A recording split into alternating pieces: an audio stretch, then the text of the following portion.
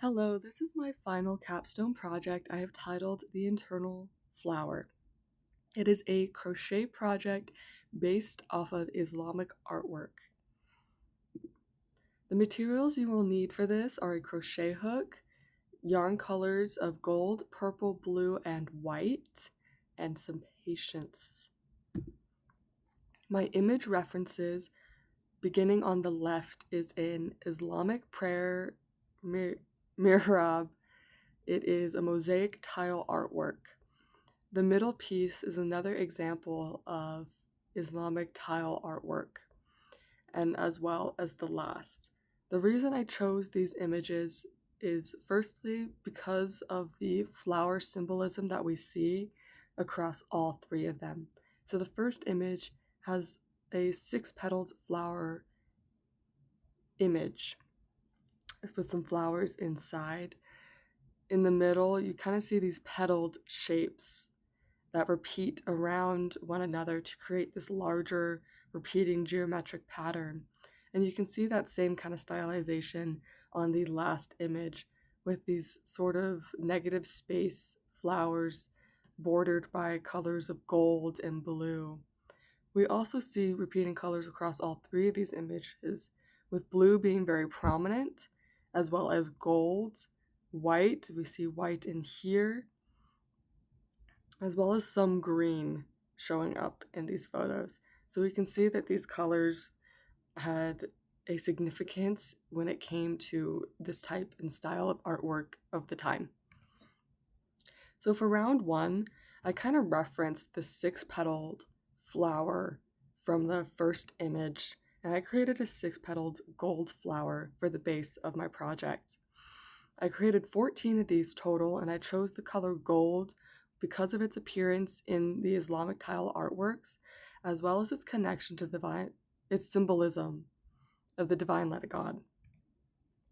Round two, I'm shaping the first flower in this round. So now we can see the petals a lot more clearly, and I used purple to do so because of its representation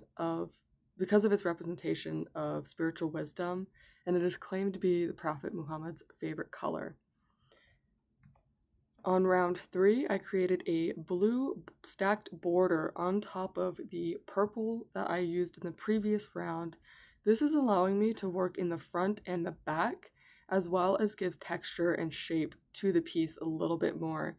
So you can see I also did what's called a front post double crochet, and that's going to begin to pull the flower out from the center and allow the petals to really take shape as the piece grows. I chose blue because of its connection to the heavens, as well as its prominence in the artworks as referenced. Round four, I decided to do what's called a puff stitch, which is these little white puffs that you see here, because I felt the shape really matched the second image where we see almost these small puffs moving around a centered object, a center point. So you see I continue to use those front post double crochets. We're expanding this center out, and around here is when I decided to give this the name the Eternal Flower, as the flower begins to grow out of the center of the project into the next rounds.